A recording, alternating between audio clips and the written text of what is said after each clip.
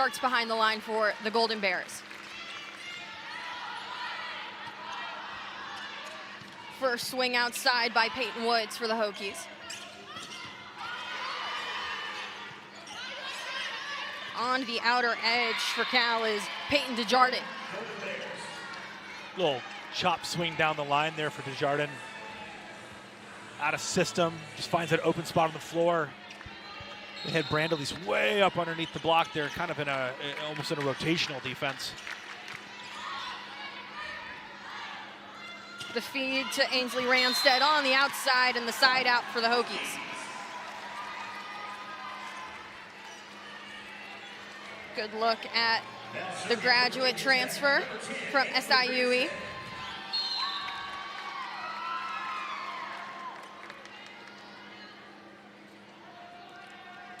Ranstead with the serve. Free ball cashed in on by Reese Hazelton. Yeah, Reese Hazelton just taking the easy one there.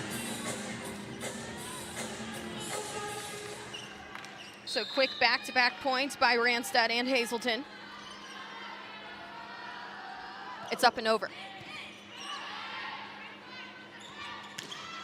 On the outside, that's Antonio.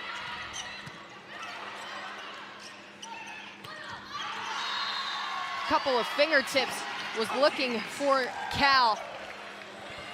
But now with Virginia Tech out ahead at the helm is head coach Marcy Byers in her 6th season. Marcy Byers headed into another ACC schedule. Good non-conference record this year. Had a bit of a hiccup last week with losing to Radford and to Eastern Tennessee State. Looking to get this ACC schedule started off hot. Especially at home, having the ability to try and redeem yourself, especially with ACC play as the punch is just up and over on the near side. Oh, what a way to start. I mean, you know, Cal has had a little bit of a struggle in non-conference season. I think that, talking to Jen Malcolm, their coach, that they expected a little bit, maybe more wins than 3-7 coming into conference play. But tomorrow, the Hokies have Stanford, who's number 3 right now, and an excellent, excellent team. So big weekend to start out in Blacksburg. Big weekend against 2 West Coast teams. Big swing on the edge by Woods, goes long. Looking for hands there. Just a little underneath it for Peyton Woods. Everybody begging for a touch. There's no touch there. Francesca Popescu with the serve.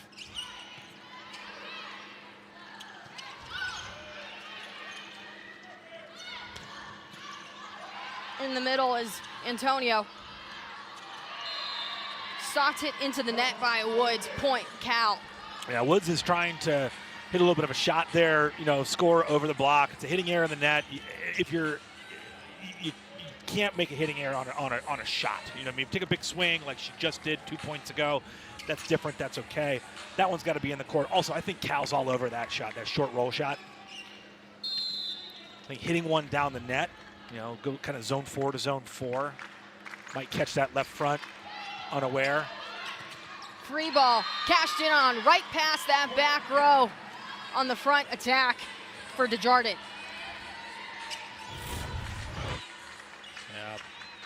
A little unlucky there. Serve catches the tape. Desjardins knows exactly what to do with it. That marks this down as a 4-0 scoring run early for Cal. In the middle, but a solo stop for Michaela Hayden. Hayden leads the team with 45 total blocks heading into this match. It's a little play set there, running Reese Hazelton right up the middle on the 2-ball. Michaela Hayden was all over that solo block in the middle. You've got to be able to find an angle left or right. If you're one-on-one, which I think is that, you got one-on-one in the middle on the 2, you got to be able to find one corner of the court or the other. You go right up the middle blocker, you're making her life way too easy. And hanging steady behind the service line is Popescu, who's held tight and led this 6-0 scoring run.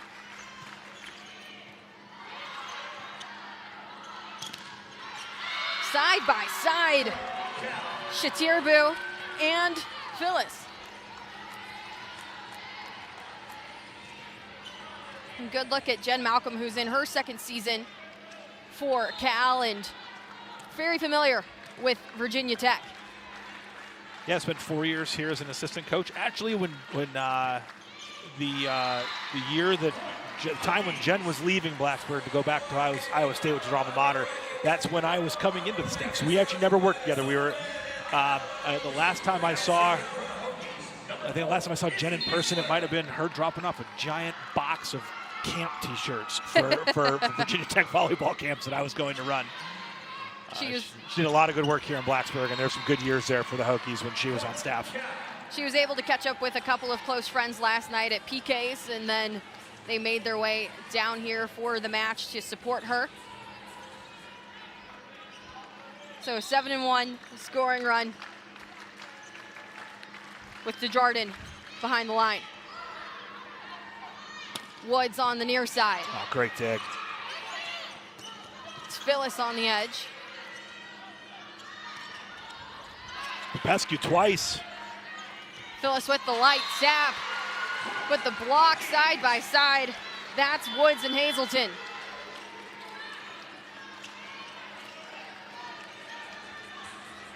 Two big one-arm digs there for Francesco Pescu.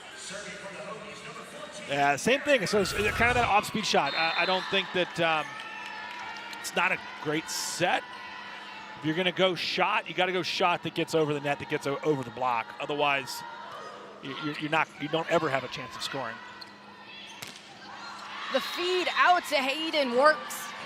And sometimes, look, sometimes you just have to get the ball in the court and live to fight another day, because hitting errors will kill you. They will absolutely just nuke your offense. And that's something that Coach Byers mentioned in the pregame conversations, is that she was pretty impressed with the way that her team was able to consistently play in system throughout the course of the non-conference schedule. Serving for Virginia Tech, number 24, Grace Hazelton. So Grace Hazelton to serve. It's an ace.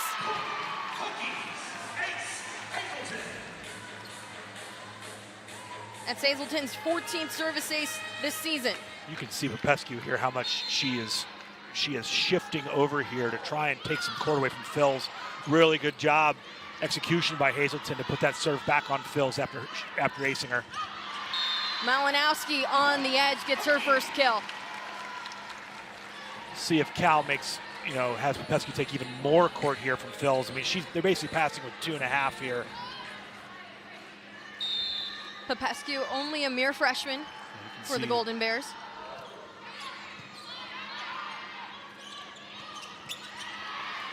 Light tap is all that it needed to take for Sawyer Thompson. So Claire, what you see there is, the last two serves are on Phil's. One's an ace, one is a kind of a medium pass. This one, Hazelton misses her spot, serves the defensive specialist in zone 6. Good pass, quick middle attack behind the center, kill. It's an area where serving is defense. I mean, that's your first line of defense, is try and take the other team out of system, trying to create a bad pass, make someone pass who doesn't want to pass. Everybody calls it off. Chasing after is Zaleski. Just barely up and over. Phyllis with the last touch. Point Cal. That set's tight there for Sarah Malinowski. Not a whole lot she can do with it. I think she's read it wrong after the block touch, thought it was going out of bounds. She easily could have played that.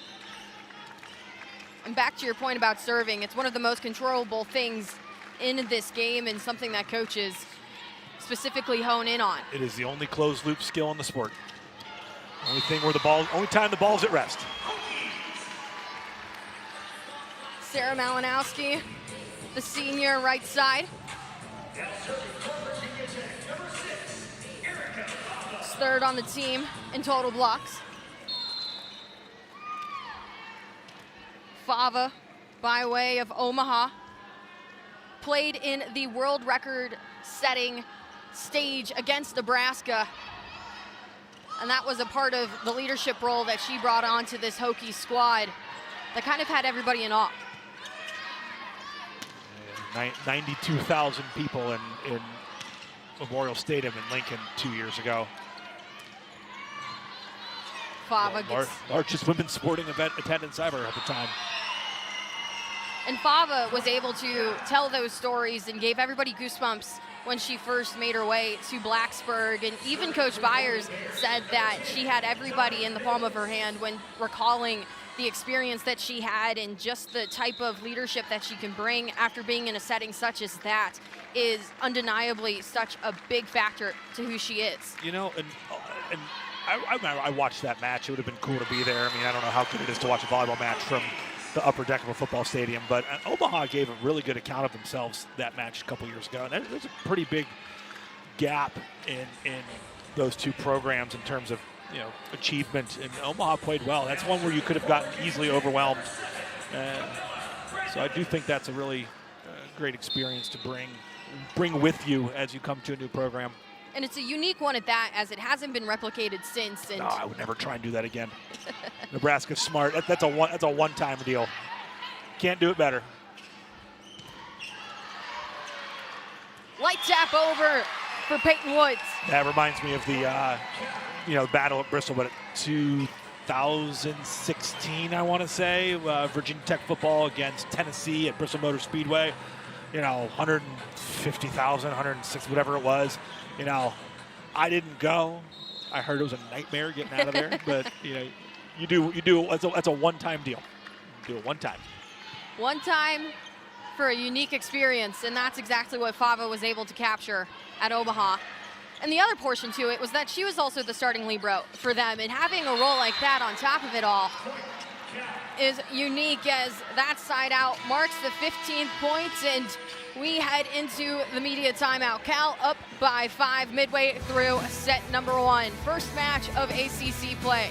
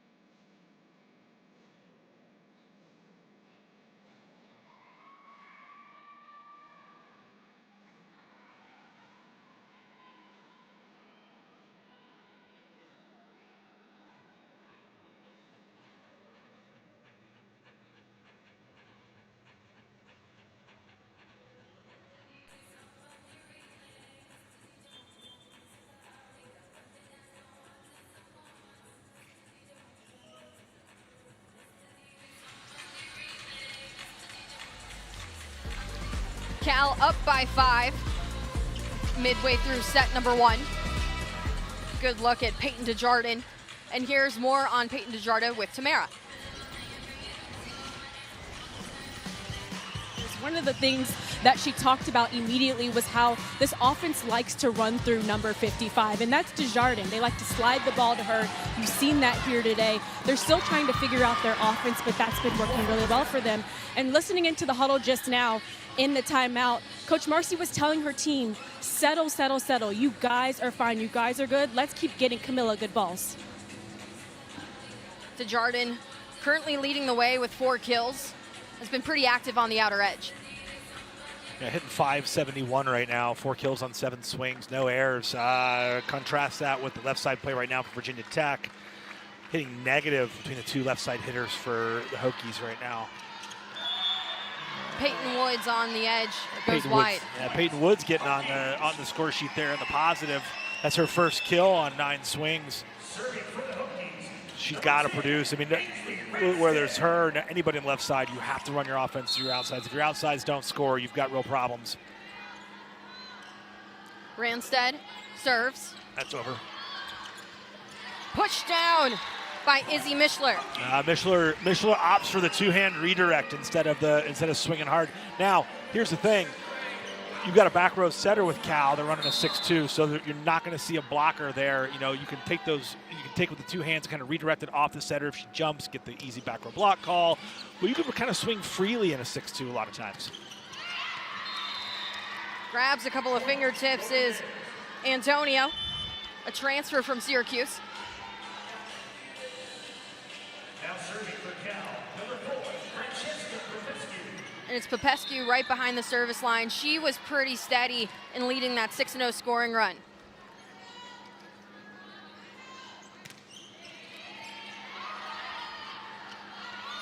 Brandalise to Woods. Strong hit works. Desjardins in the net there, 55. She came down immediately. I'm sorry, guys. You know, sometimes players jump in the net and they're, you know, either they don't know it or they're going to act like they didn't know it. And so there's, oh, who, me? Not that time. Great pass. Quick second decision by Shatirbu. And that goes long for Hazelton.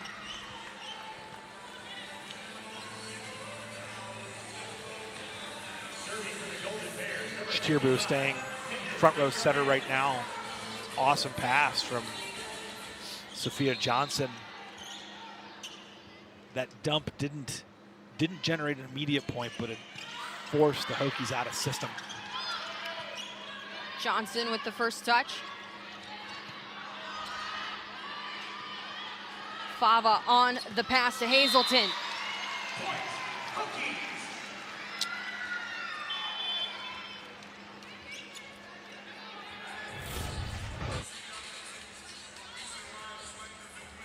Hazelton's now second kill. Hazelton just coming inside the block there. I think Shatirbu's got to move that block inside. Give Hazelton as much line as she wants right now. Make her prove she can score down the line before giving her so much cross court. Cal currently heading at a .250 hit percentage.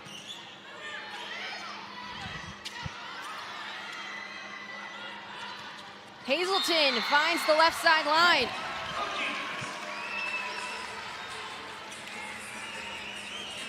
Back-to-back points for the sophomore. Yeah, Hazelton here in transition. That's a nice push out there by Dulesky. Doesn't quite get out there, but then Hazelton turns it down the line from inside. I think that's, for Cal, I think that's okay block setup. Right back's got to make a move. Popescu's got to know where she is. That ball's in. It's diggable if you actually try and dig it.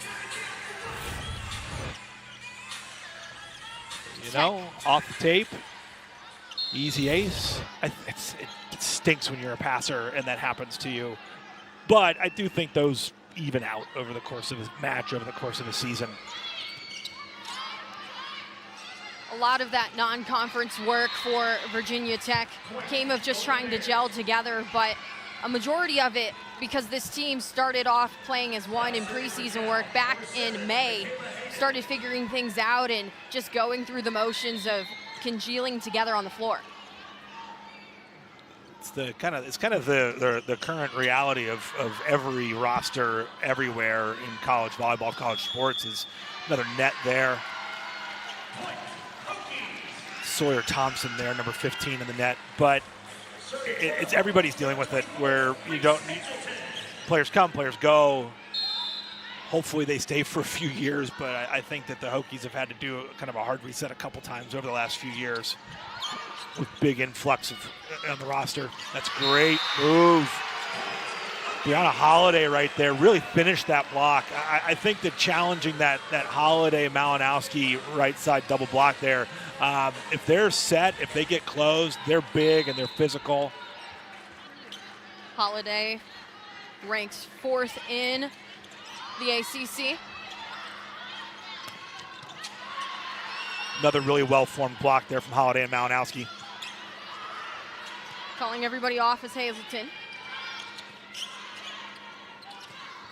The set in the middle to Thompson. That's what happens. You send that free ball, you send that easy one. Cal's going to feed their middles. They're going to transition to quick middle, and middle's tough. It's just tough to stop. Your middles are going to hit the highest percentage on your team. And the challenge with middles is always, do you pass well enough? Do you control the ball well enough to run them? and you send free balls, Cal's going to try and run quick right back at you. Maria Shatirbu with the serve. She sets right to Thompson once more. Now to Tamara Moore. And what's the scoop? Jake, you were talking a lot about feeding your middles. Coach Jen Malcolm lit up when she was talking about her middles. She said, our strength is passing. I believe we're second in the ACC right now, which is huge. We spend a lot of time and work on it, and it's really paying off. And as a former middle, I loved getting the ball, and I know that means ball control is huge. We take pride in our ball control. Hey, Jen's a good middles coach, and she was a good middles coach when she was an assistant at Virginia Tech. I took over coaching the middles in Blacksburg after she left, and they had some really great ones in the pipeline. So you can see, and this is not a great pass. That's kind of a bad free ball pass. And Stiermu really does an excellent job. Watch how far. She's 8 feet off the net, and she's able to jam that thing forward. Thompson gives her plenty of space, moves away from her along the net a little bit and stays off the net, gives the setter somewhere to put the ball, and then Thompson doesn't try and bounce that. She doesn't try and hit that straight down. She knows, all right, last 10 feet of the court, there's only one player. There's one middle back. You hit to the corners, you're going to make a real living as a middle attacker. And it's also giving your middle attacker a lot of space to work with as well.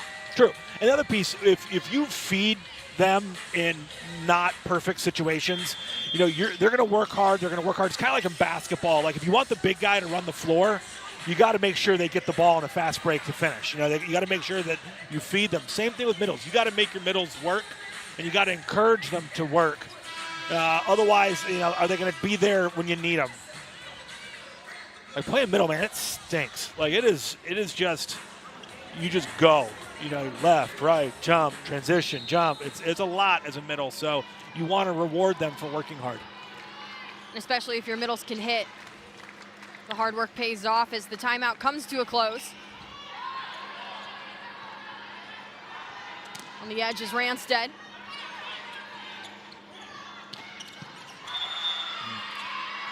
Ricochets off and out for Antonio. Ainsley Ranstead there in the net. They got sucked in. It was a really nice dig from Johnson to libero spot. So Cal had all three options, left, middle, and right, available in transition. Virginia Tech got a little pinched in. Ranstead got a little pinched in on the left front blocker. Had to make a bigger move out to the right side attack. And nets on her way.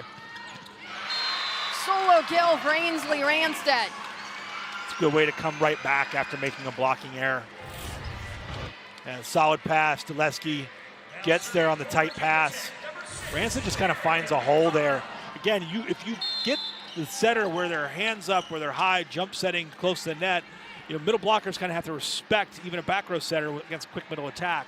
So it leaves more seams on the left and the right. Like that one. That by Antonio. Fava out with the pass to Malinowski.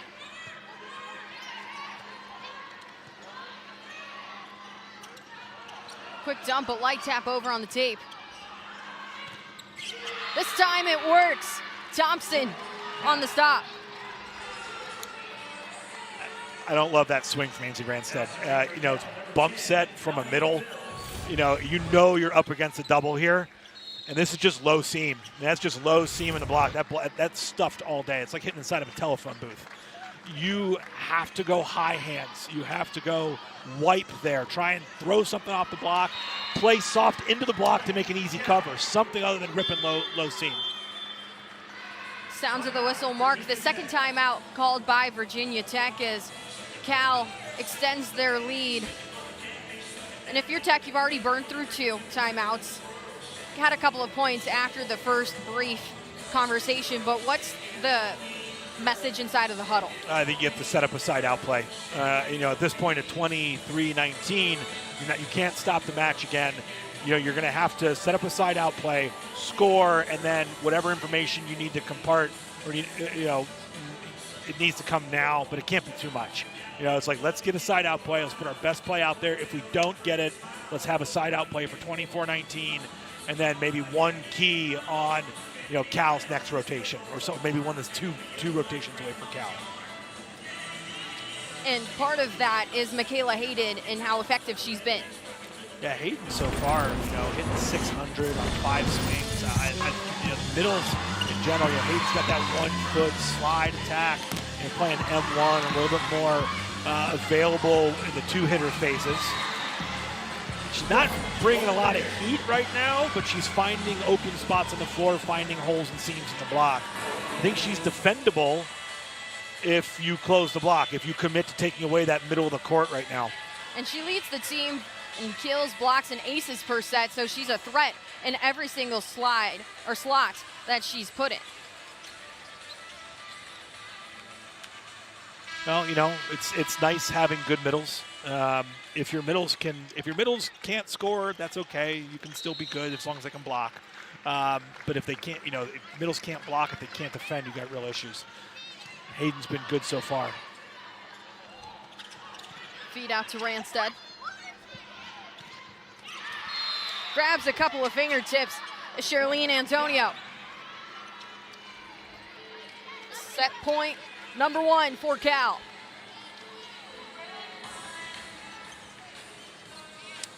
But boy, right now, Cal, man, between Thompson and Hayden in the middle, 6 kills on 10 swings, hitting 600 in the middle. That's strong. It's effective. Virginia Tech's got to put more pressure in, less than perfect set situations from the service line. Try and force Cal out of system. They got to get them off. Got to get them away from their middles. Just like right here, like that. Now Cal's got to do a better job handling this one. That ball goes down for Virginia Tech. That shouldn't be a kill. You've got to force. That ball's off the block. I think that Cal punted it around a little bit right there. But find ways to make things harder on an offense. You got a back row setter right now, Struby's back row. If you don't have a full swing on it, that's fine. Tip to the setter. Take the setter out, put him into immediately out of situation. Send it to a deep corner, something. You got to be a little bit more creative when you don't have the chance to take a full swing. Or, oh, there's an ace. At a timely point as well, and you got to apply pressure in one time or another, as that is now the 3rd ace. Yeah, I think Virginia Tech's going to stay on fills as much as they can here, number 10 and right back. Sophia Johnson's got to take that all day. That's libero all day. Camila Brandelis. There, she steps in. It's not a great pass, but that's the responsibility of the libero. And that puts a bow on set number 1. 25-21, Cal takes the first. Just Peyton Woods trying to make solid contact, but just a little off step here and there, as she's only got 2 kills but 4 smudges. We have, again, you got to serve tougher if you're Virginia Tech. That's a pretty easy serve, well passed. And now you got Sawyer Thompson hitting one-on-one in the middle, and she turns angles really well.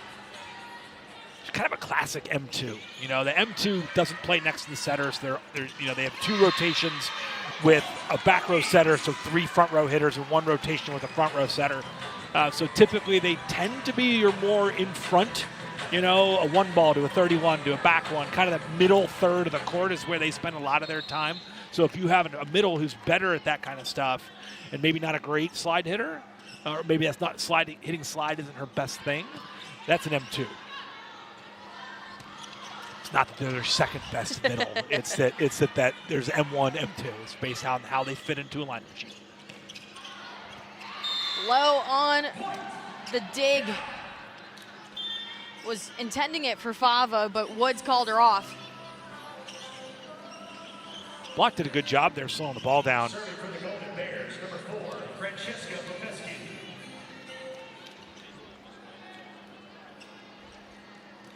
Popescu early with the serve is how things started off for set number 1. Went on a 6-0 scoring run behind the line to lead her team.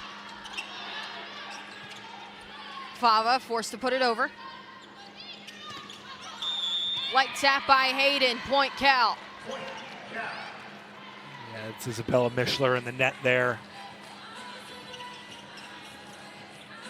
Did a pretty good job putting a double block in front of Hayden on the slide. Got an easy dig after a good block touch. Got to stay out of the net, though.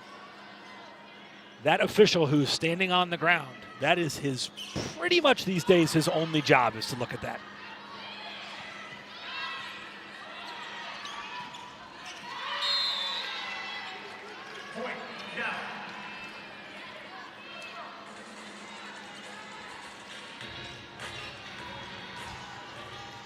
Popescu again started off 2 in a row here.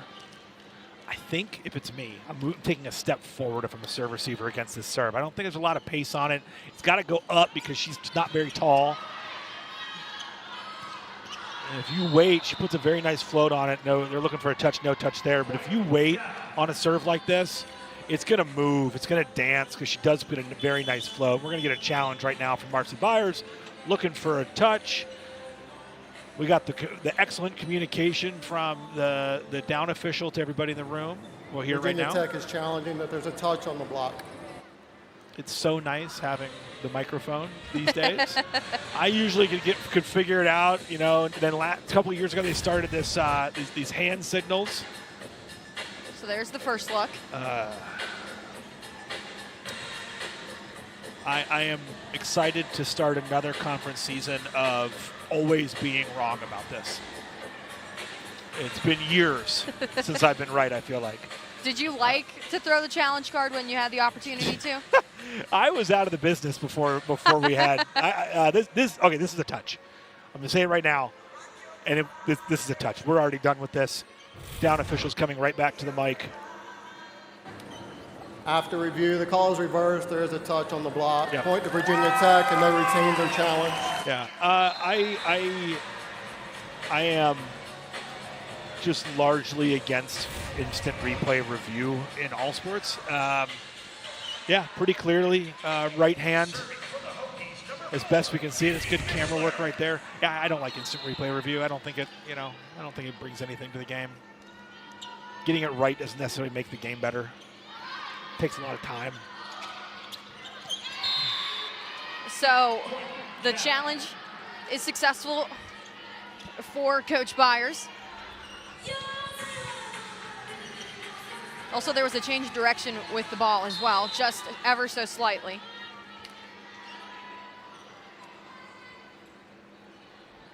To Jardin, behind the line. Big block, and it's Phyllis and Thompson.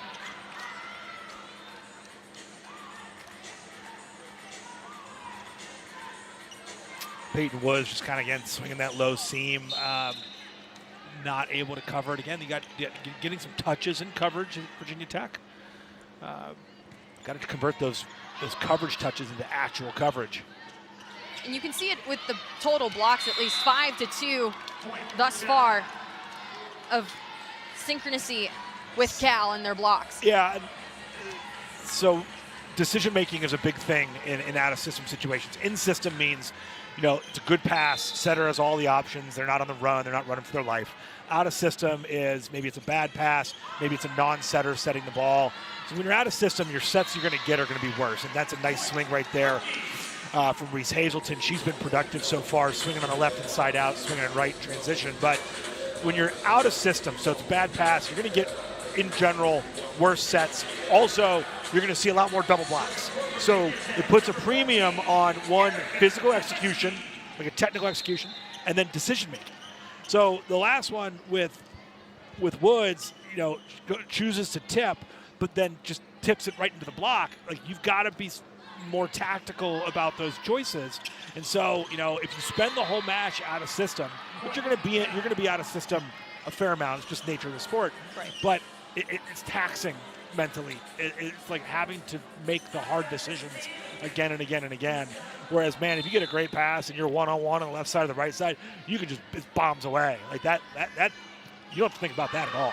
And you can only practice so many times of being out of system before it turns into a bad habit, per se. I disagree. I think that you should spend half your practice, half your training time at least working out of system situations. I mean, it is such a difference maker between the good teams and the great teams, and the bad teams and the good teams, is how you play when things are weird. Free ball for Cal. Fava just a little too far out of reach. And it's Cal who seems to be taking their time with decision making and catching the Hokies off guard.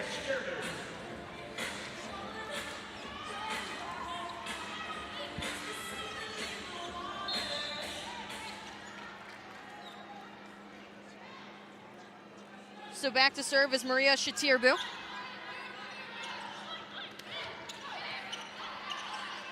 Desjardins called off. That ricochets to the near side on Fava's part.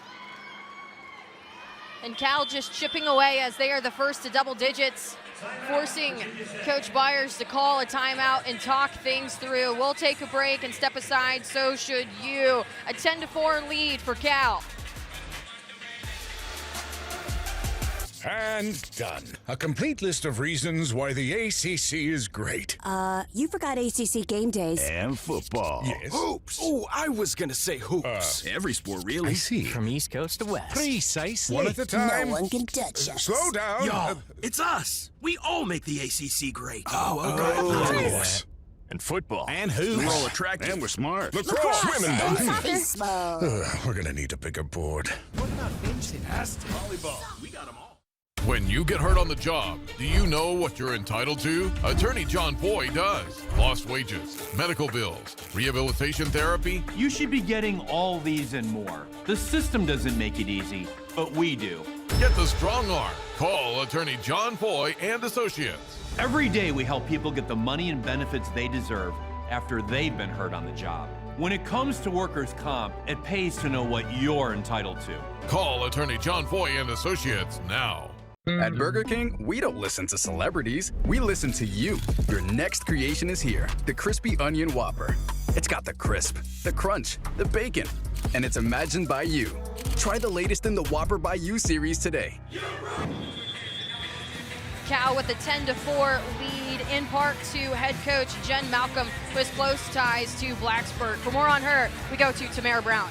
Claire, you're absolutely right. She has close ties to Blacksburg. In fact, when she was scouting the Hokies this week, she said it was a full circle moment for her that brought her so much excitement because this is where she started her career. She was an assistant coach here from 2011 to 2014, and this will be her first time returning here as a coach, obviously on the other side of the court. But Jake had a lot of questions for her, including her favorite restaurant, in case you guys want to know where to go when you come to Blacksburg.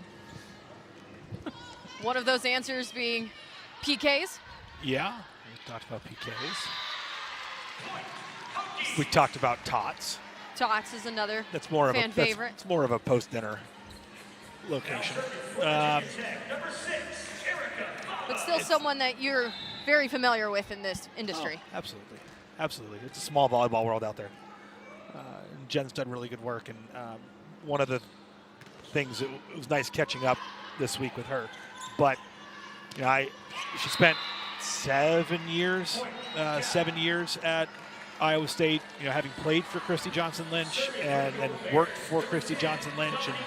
And Christy's one of the absolute best in the business, has done great work at Iowa State. They just had a big win. They just beat Utah in a reverse sweep the other night, I think Thursday night. But, you know, I was asking Jen and getting her to talk a little bit about like working for Christy, you know, about how she's a mentor, how she's been, you know, someone that she's able to talk to and get on the phone and that kind of thing. And I'll tell you what, I was a head coach for a minute, and there's not a lot of people you can confide in.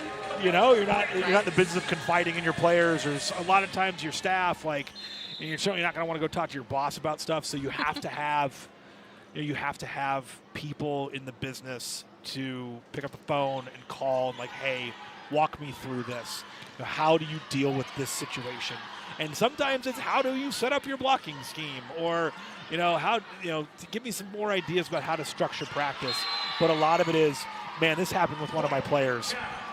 You know, this player's got something going on in her life, or you know, something's a problem for her, or maybe she's a problem for us.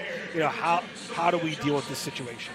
And I think having, I know I benefited from it. I think Jen spoke very, very graciously about how that relationship has benefited her as she became a head coach.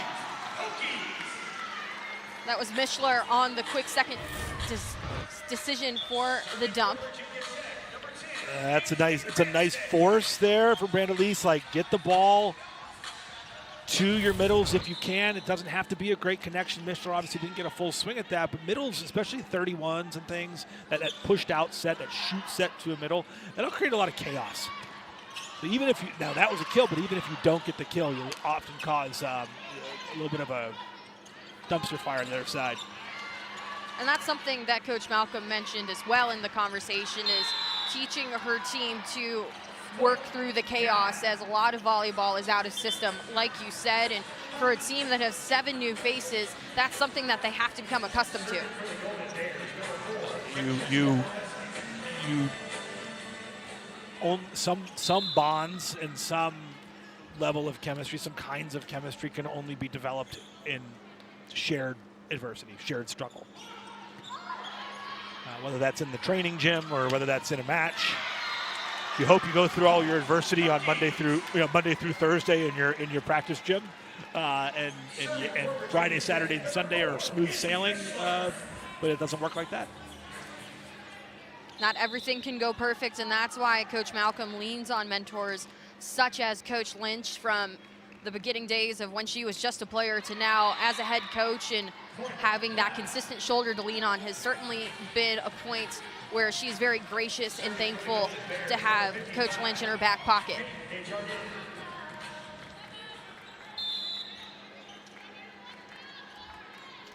Back to serve now is Desjardins. Overpass, cashed in on. That's Michaela Hayden at the tape. Hayden makes a really good, smart choice there. If you hit that, or especially if you reach over with one hand and just tip that down, there's a chance you might get called for over the net. They never call it if you go with 2. If you act like you're blocking, even if you did fully penetrate, make contact on the other side of the net, penetrate the plane of the net, you can see here she goes with 2 hands. Yep, yeah, that ball's very much on Virginia Tech's side. Referees aren't going to call it; they just don't. But if you reach with 1, you're going to get a whistle. For a player like Hayden, she's not necessarily a vocal leader according to Coach Malcolm, but she's one that leads by example on the floor in moments such as those. I mean, she's hitting 7-14 right now. She's doing a lot of leading by example. In the middle for Ranstead. Point Cal.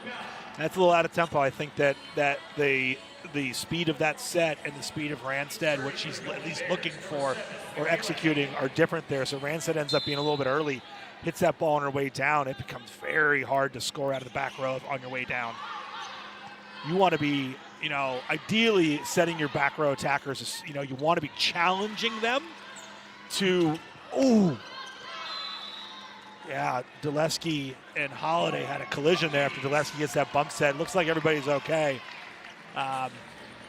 Both ended up in a landing area there, too. And trying to stay away from them was Aisha Carrick. Holiday's got to get out of the way. You're in the middle, you got to get out of the way. You can't be there. You should be running around behind looking for a back set or trying to draw a blocker. So, get someone to look at you and maybe give your left side a little bit more of a chance, give Ranstead an opportunity to get one-on-one, maybe. But it's all right. Everyone seems okay. We have Aisha Carrick in the match now for Virginia Tech, number 20. A little bit different look. Lefty, I like her game. Hits a heavy ball. Try and maybe give Cal a little something different to think about. Also brings a fresh arm onto the floor. Yeah, so that's a much better job there, challenging your attacker to come inside the 10-foot line. Carrick goes long there. But they tried to bring Desjardins inside the 10-foot line. You're leaping out and up to a back row attack. That lets you almost turn it into a front row attack. I'll tell you, 20 years ago, there was a handful of effective back row attackers in women's volleyball, college volleyball. The pros are different, but in the last 10 and even in the last 5, God, there's dozens. Everybody's got it. You go watch a 15 and under club match, and they're taking great swings out of the back row. And the thing that it just wasn't a big part of the women's game, when I first started coaching, it just, it was an outlet. It was like, oh God, like we got to set somebody. Let's set back row. But then you started seeing a handful of players, Stacey Gordon and Gunnar Namani, like some of them would, Nicole Fawcett and Megan Hodge at Penn State, they could do it. Those are the elite players on the elite programs. And now you've got everywhere from high school all the way up through all levels of Division I, college, Division II, Division III. It's become a much bigger, more part of the game. Look at what Spears is doing at Texas as a freshman, just dominating on the D-ball on the right side. So cool. Teaching things early as it's 3 points in a row.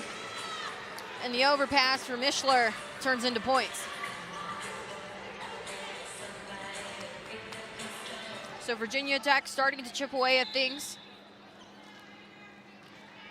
Fava back to serve. First scoring run for the Hokies.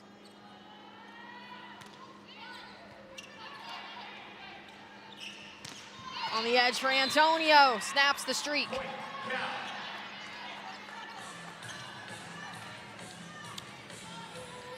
think Erica Fava's getting caught up behind the block here playing left back. That's the third or fourth swing on the left side where she's got a little sucked into the court. I don't know what their key is on a hole in the block. If there's a hole in the block, somebody's got to fill it. Usually you'd see the middle back step up into that hole to fill it. Looks like she's trying to fill a little bit of that right now. And then so when the block actually closes or gets a positive touch, she's a little out of position. It's hard to play left back out of position. Set right to Mishler in the middle. It's a good transition run for Virginia Tech. Get Mishler one-on-one against Thompson. Thompson getting a little bit of her own medicine right there. And middle attack, quick middle, hitting one balls is what we call it. It's called a one ball. Angles. It's always angles. Warm-ups, bouncing straight down. Hit the 10-foot line. See how you can bounce it off the floor. In a match, your middle blocker, if they're one-on-one, they're going to the mistake they're going to tend to make as a blocker is playing you straight up, body on body, which gives you everywhere but straight ahead. Good ones will start taking away one shot, like your strong shot, and then when you get a great match between like a great one-ball hitter and a great one-ball blocker, that's when you start getting the mind games of, I'm going to take this away, or I'm going to fake going this way and move to I'm going to fake blocking to your right, and I'm actually going to dive to your left and try and take that away, and then middle attackers can start getting funky with their point of attack and arm angles. Like, you've got some good. That ball touched? No. There is a touch called. I said Phil's tried to touch it. And for more on Virginia Tech, we'll go to Tamara Brown. With the extra day of preparation this week, Coach Marcy Byers talked a lot about how they were able to hone in on their skill work. She actually pointed to Coach Victoria, who was working extensively with the setters, trying to get them on the same page with the attackers, because she's like, it's all about scoring points. And as you can see, as they're starting to chip away now, you're seeing some of that hard work this week with that additional day pay off. So we have a challenge here. So the call, serve was out. I thought Cal is challenging that there is no touch on the play. Okay, so Phil's tried to play it for Cal here. I thought it looked like she got really close to touching it. She says she didn't. Looks like the line judge came in with the call late that there was a touch. So we're going to see it. So the second review that this match has had, and to the skill work point from Tamara's report, chipping things away and playing fundamental volleyball, obviously an important factor. Yeah, this is a good look at it right here. I'll tell you what, she misses it. I think she missed it. I think she tried really hard to play a ball that was 10 feet out of bounds. Yeah, there's no touch there. All right. So far, you're 1 for 1 on the day. This might be my last broadcast. Don't speak too loud. Yeah, they're going quick. I think looks like we're done here. It's nice when it's obvious. After review, the call is reversed. There is no touch. Point to Cal. They will retain their challenge. So Cal wins the challenge. Makes this a 19 to 15 score. You know, Virginia Tech has improved offensively this set. They're up to 318 and hitting set 2, 161 overall. The issue is that Cal's hitting 423 in this frame. Taking a couple of extra swings as well, 26 in comparison to the 22 attack attempts. On the edge is Woods. Calling everybody off is Fava. Free ball for Cal. Out to Antonio. Another free ball for the Golden Bears. Can't keep it up for the Hokies. And Cal at 20. You can really see with Cal what they're trying to do, where they're trying to get to. So off the dug ball from Johnson, Stierbu's moving along the net, so to the offensive left, and she pops a very quick pipe, almost big speed behind her to Phils. They didn't quite make the connection. It wasn't a big swing from Phils, but you could see where they're trying to go as an offense. That's good ball if you can get it right. And I think that forcing your team, encouraging your team, like, know the things that we're doing in the practice gym, we've got to try and do them in the match, because that's the only way it's going to become part of our DNA and part of the way that we play. Woods with the tight swing.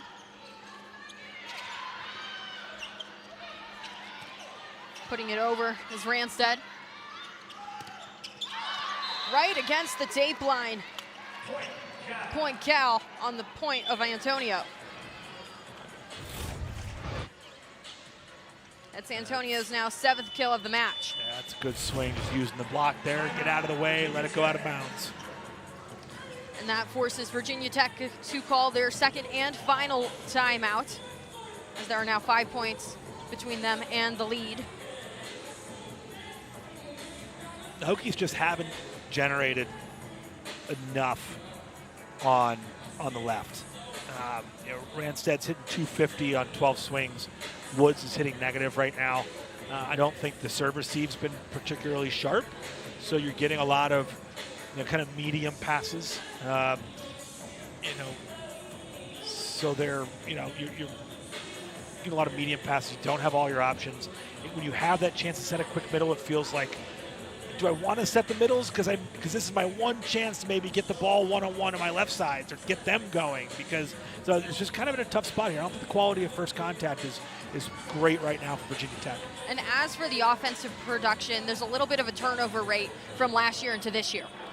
Yeah, Virginia Tech lost. I think the two biggest losses were really Belpatrick on the left side and Haley Pierce on the left side. They both transferred out. Patrick to Auburn, and Pierce is starting at North Carolina, top 25 North Carolina team right now. Those are big losses because they were young, freshman and sophomore. They carried a big, heavy load last year for Virginia Tech. So you're bringing, you know, new left sides, new right side with Hazelton. You know, Mishler didn't play a ton last year, I'm sorry, Holiday wasn't here at all. She's a freshman. So you are trying to rebuild your offense with a bunch of pieces that either haven't done it here or haven't really done it in college before.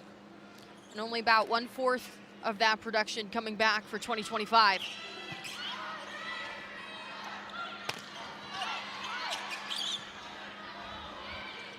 Just popped over by Woods.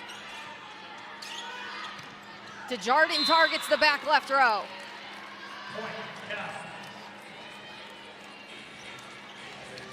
Desjardins now at double-digit kills.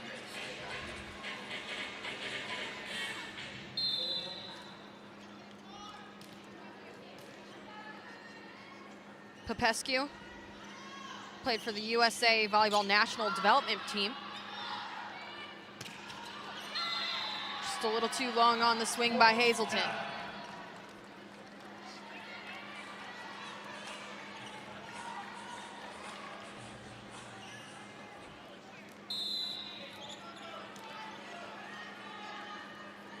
Originally from Johns Creek, Georgia, she serves.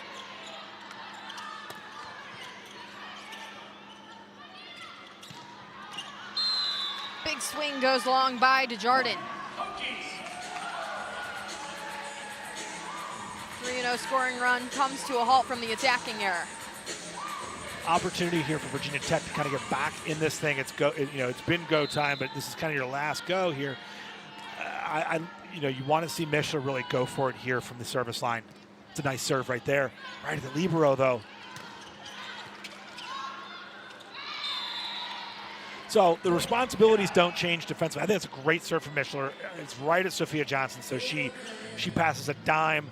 They immediately are able to set Hayden on the slide and they score. Mishler's got to take that ball playing left back. She's not a libero, but that left back still has that responsibility on those block touches that end up in the middle of the court. Cal set point here. But it's a big block at the tape for Virginia Tech, led by Holiday.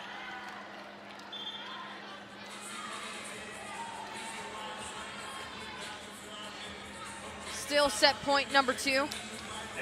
The Hokies were able to make it to the 21-point mark in set number 1. And now in to serve, Erica Daleski. I would watch out for Sturby here on a good pass, on a tight pass. Trying to flush one here. Not on that one. Right back out to Phils.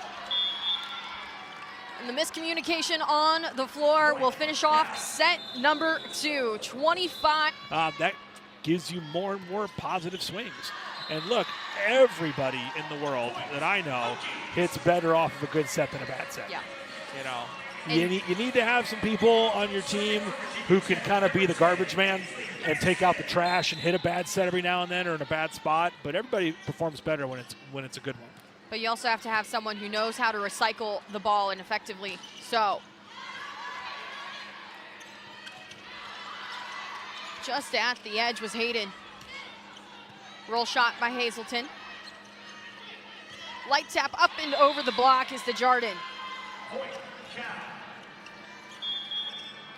And back to your point about the digs, and that's something that Coach Byers was stressing to Tamara in the interview, at least, is really focusing on having effective digs and making those smart last-second decisions. So a trend that I've noticed today, and I loathe to talk about individual technique, in context of players, because in the end it's how you produce, not it's how you it's that you get it done, not how you get it done.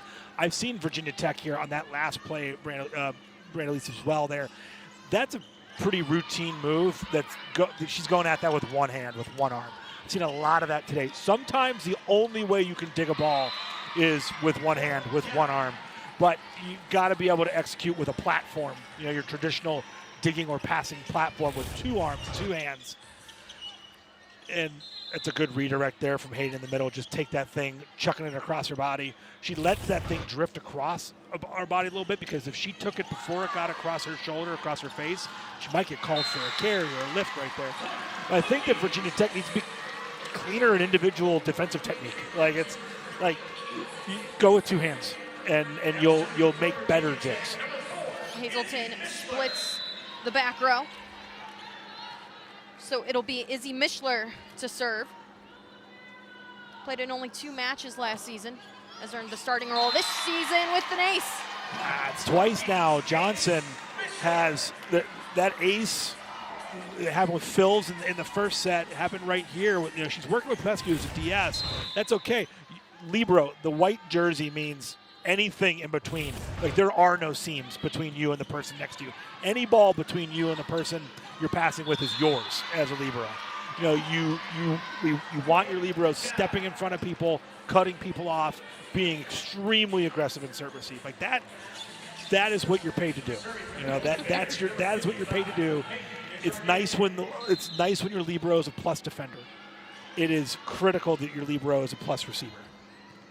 Desjardins on the right side serve. Light tap over by Hazelton. Ripping it across court and keeping it in is Phyllis.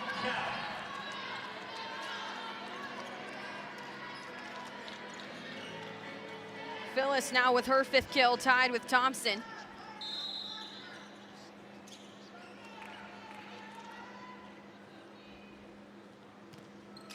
Desjardins with the service error. That is now the 7th missed serve for Cal. You're going to miss serves. It's okay. We'll see Stanford tomorrow. Stanford's going to miss a ton of serves because they're just going to hit bombs the entire time. It's what kind of serves are you missing? Are you missing an aggressive serve deep in the court because you were trying to move a receiver and you miss it by a foot out or a couple feet out? That's one thing. If you bury it in the middle of the net, that's another. If you hit kind of that lollipop serve that just fades and balloons out of bounds, that one kind of drives coaches nuts. So if you're going to miss serves, as long as you're making, in a perfect world, you'd be like 1-to-1 on aces to errors. I think that most coaches are okay with like a 1-to-2, ratio, because it's not, there's a lot of good outcomes off of serves that are not aces.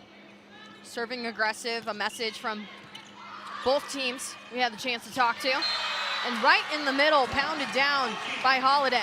And again, we see another example of, I think that's kind of a soft serve from Hayden. Perfect pass, run in middle, Thompson's on an island, one-on-one there, and you would expect Holiday to score in that situation, and she does. Holiday, second in the ACC for hit percentage.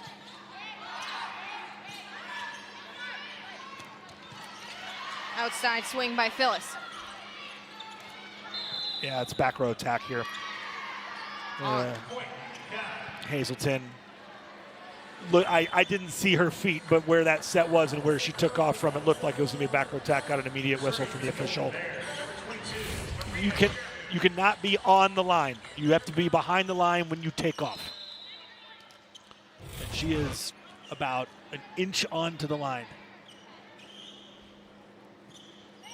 Shatir Boo serves. Holiday with back-to-back points. You know who's semi-famous for violating on a back row attack all the time? Me. Like Jake Lawrence. I was just Don't want to point a finger at you. No. Holiday ranking 4th in the conference for blocks per set. Haven't had too much of her today, but starting to come alive midway through set 3. Woo! It's not a double. They're not going to call it. It's not. We don't call that anymore. That's a very aggressive set, though. Right up and over for Mishler. So 2 years ago, that would have been a whistle on Johnson for a double contact. The rule change is that we're not going to call any kind of double contact as long as your team plays the ball next. So if that went over the net, that would have been a double.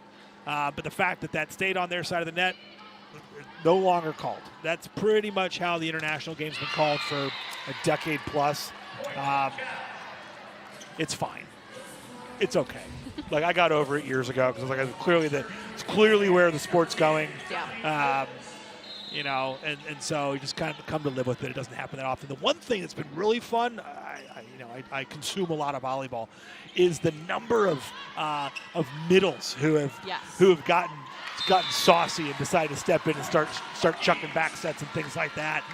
It's been a lot of fun to see because hey, it's great. Everybody can set.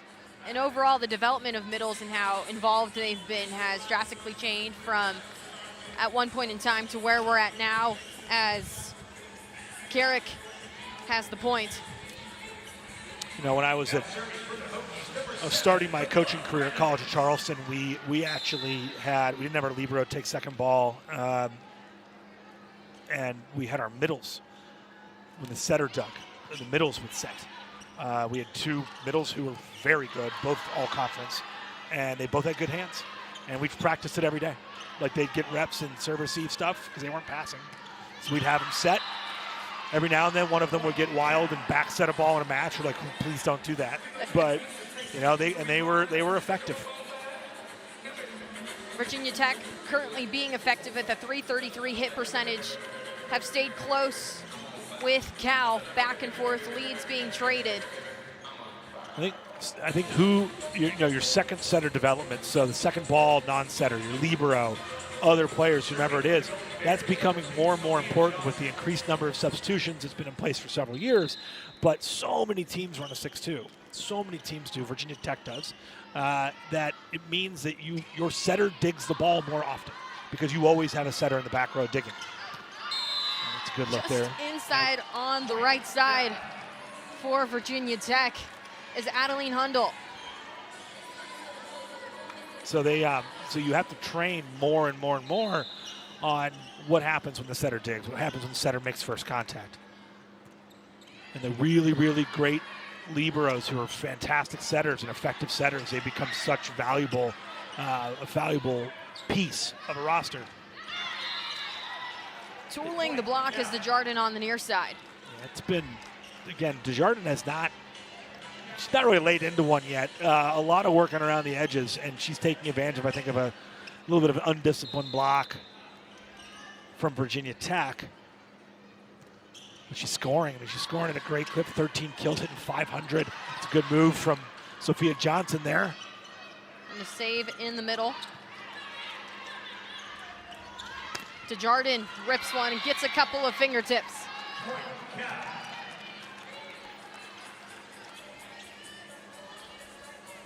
Desjardins hitting at 500 with now 13 kills. Part of that 3-0 scoring run.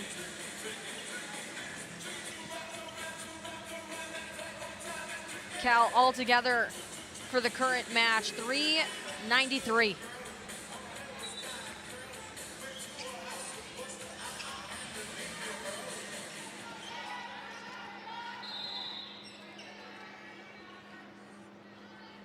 Johnson serves.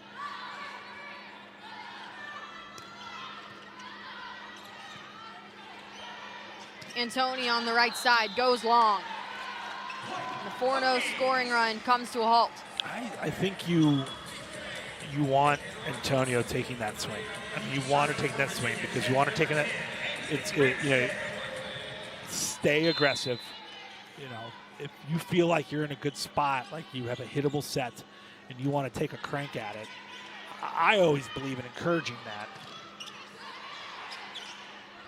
Because you want your hitters to play aggressive. You want your hitters to be explosive. That's a really good run down there from Phils. Johnson puts it over. Right in the middle to Mischler.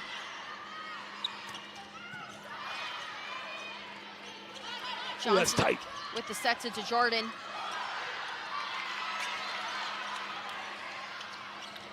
Just a little pushover by Hayden. Goes wide. Cal's looking for a touch. I don't think so. I don't think we're going to get a challenge here either. Good scrap from both teams there. Phils with the big play, running it down off the cover ball. Virginia Tech's able to keep it up a couple times and survived sending a couple free balls. Very gritty play and rally for either side. As Ranstead steps back to serve. She had 2 aces versus Radford and sends it into the strings.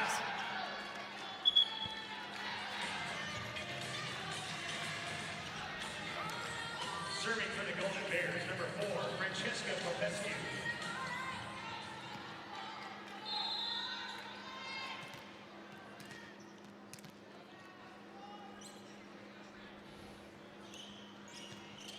Up and over for Popescu. Desjardins stopped at the tape line. Man, Desjardins just reminds me of so many players out of Southern California over the years, almost like an archetype. That 5'11", 6 foot, has angles, controls the ball well, has great hand on ball contact, and great third contact. So big run there from Mischler in the middle, getting her on the quick. Keeps Virginia Tech in this one, but Desjardins, she has not had a hard kill the entire afternoon. Here's Mischler one-on-one. Actually kind of one-on-one and a half. Hayden takes away block zone once. She takes away the attack to right back. Mischler goes the other direction, kind of up the middle.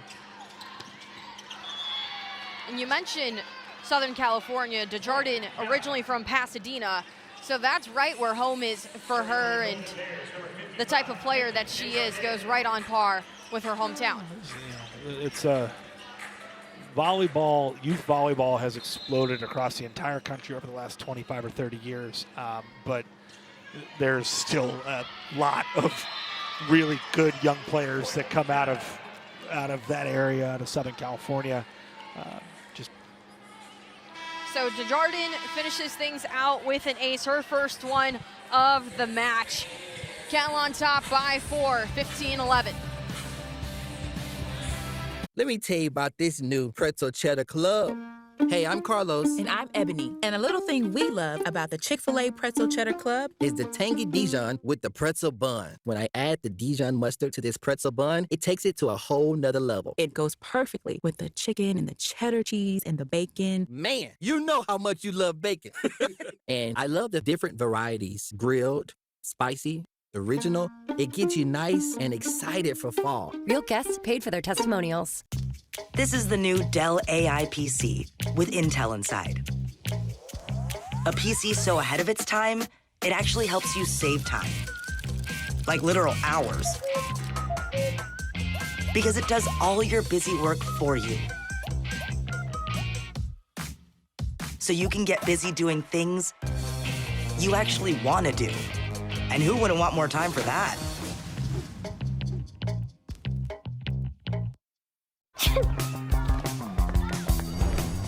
Clorox is donating 2 million wipes to classrooms across America. Because at school and at home, clean feels good.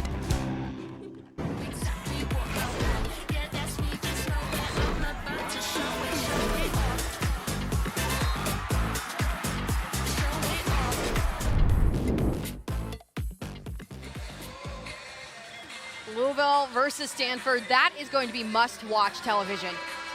Absolutely. I mean, Louisville lose their head coach. You know, Danny Busby Kelly goes to Nebraska, has Nebraska at #1 this year.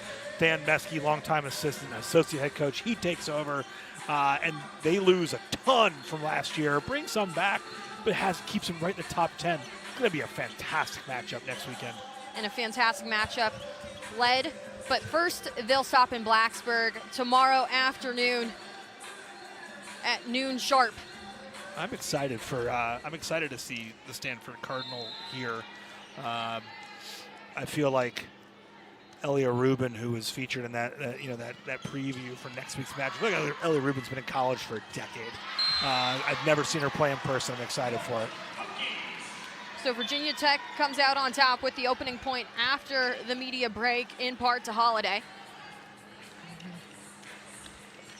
But Stanford, tied for third in the country with Kentucky, with AVCA rankings, are for sure to have a showing of what they are capable of. It's funny because the way that TV contracts work and such, for many, many years, you would see Stanford. If you lived in the East Coast, you'd see Stanford in the non-conference portion of the season. They play some big matches here and there. They're on the quarter system just like Cal. So both schools just started school this week. And so Stanford would go around the country playing, so you'd see them again. And then because I didn't have Pac-12 network, Pac-10 network, whatever it was, who had that, you know? You wouldn't see them again until December in the NCAA tournament. So it was just like, oh, look, it's Stanford. They're like #3 in the country, and I haven't seen them play in 2.5 months. And it was nice. So now you see them more, and I even have them coming into the town where I live, which would be exciting. Now you don't have to go anywhere besides Castle to see one of the top teams in the country perform, but it's not a sweet treat anymore. It's consistent volleyball for you to watch. I think it's been the ACC being so good the last 5 years has been one, shocking to me. There's always been some good ACC teams, and Florida State made a Final Four back in 2011 in San Antonio, but it's not been, it's never been regarded. That ball's down. It's never been regarded as a premier conference for many, many years. And then now with the rise of Louisville going from good to great, Pitt, just the rocket ship that Dan Fisher has overseen at Pitt Volleyball, probably doesn't feel like that to him. He's been there for 11 years now. But, the ACC has been so good at the top. Georgia Tech has been good. Stanford coming in, looks like North Carolina's back. There's been just some great ball and the opportunity to see some really great teams on Friday night, Saturday night on TV, whether it's in person, been fun. Total of 6 teams from the ACC ranked in the top 25 poll this week. Some point somebody's going to win one of these things and actually break through to a national championship. So Cal wins the points, still with that 4-point cushion.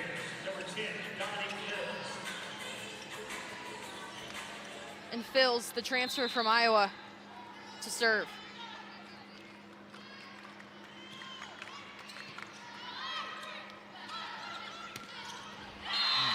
Big swing on the edge by Carrick. Yeah, and that's the gamble you have to make. So Thompson couldn't get there. Left side blocker is one-on-one with Desjardins, and so Sherbu has to decide how much court am I going to take, where am I going to go. So she comes in a little, crashes just a little bit, and the really hard swing cross court beats her. That's okay. I think that you just move on that one. Brandelis with the serve, but the solo stop for Mishler in the middle. So that's kind of we talked earlier about the back and forth between good one-ball hitters and good one-ball blockers. Thompson's been very heavy, started scoring. And watch Mishler make this move to her right here. Boom, she catches Thompson coming across the court, going cross body, hitting her right back, dives into that angle and gets the block. Just really good middle play. I get so excited. Mishler second on the team in blocks per set, 1.27, but there's a little bit of that power you said Desjardins was missing as she rips one cross court.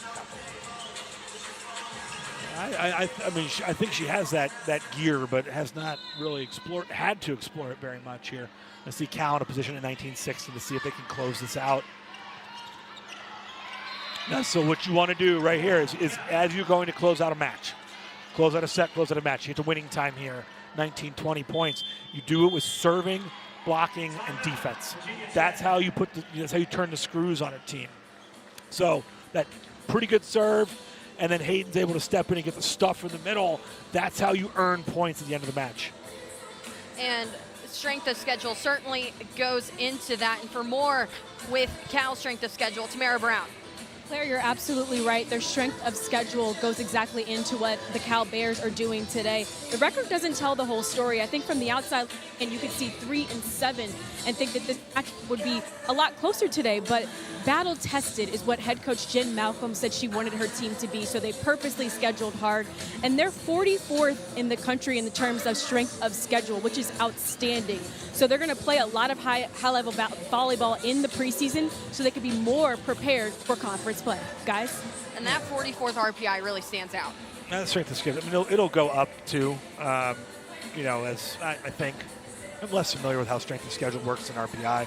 I think Cal, they've got some bad losses in there when you look at it from a resume standpoint. But the one thing is, as we were talking about with the modern ACC, if you came in with at 3-7, with some questionable losses 10 years ago into the ACC, there aren't a whole lot of opportunities to turn that around.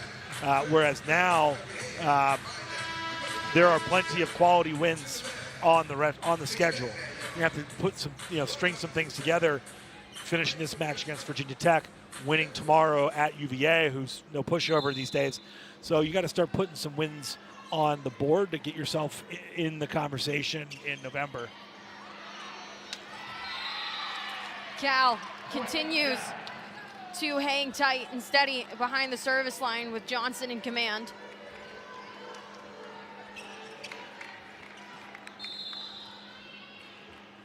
So the Golden Bears. That's an ace. Oh, that's a good pass.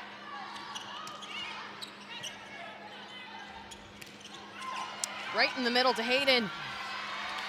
But it was teamwork that made that point come together for Virginia Tech. Yeah, that one's on Sherbu. That set's low. That's like right in Hayden's armpit. This thing barely ever clears the net. It's low. You can see just how low that is compared to other sets to Hayden and to Thompson. You want to make your middles reach. Like you want to try and, first of all, I said earlier, you want to make your middles work, and then you want to make them reach. You kind of got to. Middles are kind of like a dog with a bone. You have to, you got to motivate them. And by setting them high, making them reach as high as they can, helps them work around a single blocker. If you set them low, they don't have time or space like an outside or a right side to shot their way out of it. They're kind of at the mercy of the quality of the set. And the quality for the server being Popescu. Light tap over for Hazelton. And the Hokies are chipping away. All right, if that one's going to drive Jen Malcolm nuts.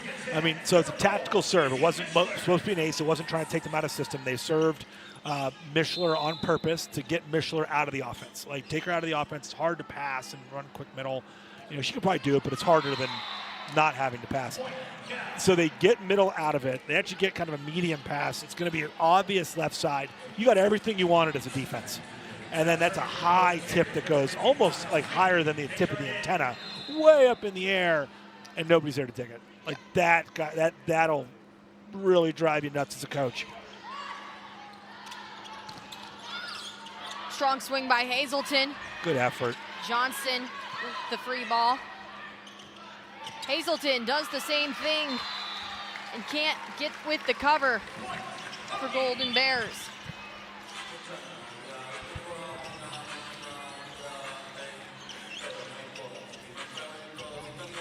Virginia Tech currently hitting at a 178 percentage in comparison to the steady 357 for Cal. Just scoring more points. I mean, you know, earning more points. You know, an earned point to me is, you know, a kill, a block, an ace. You know, an unforced hitting area, you know, whatever. You're always happy. You'll take them. But and 46 kills to Virginia Tech's 35. You know, that's a big gap in only 3 sets. Hazelton with the roll shot. Fills up and over the block. So somebody's responsible for that. And it's either your right back making the long run up the sideline, which is a tough play. That's a good controlled dig from Popescu. Yeah, that's probably, to me, Dulesky charging up underneath the block to make that play. But Hazelton can come from left front and go get that as well. Someone has to make the move. Match point for the Golden Bears. Ends on a dump. Maria Shatirbu caps off the 3-0 sweep to start off ACC play undefeated. Pretty solid performance from Cal. I think they'll probably be pretty happy with that heading into tomorrow.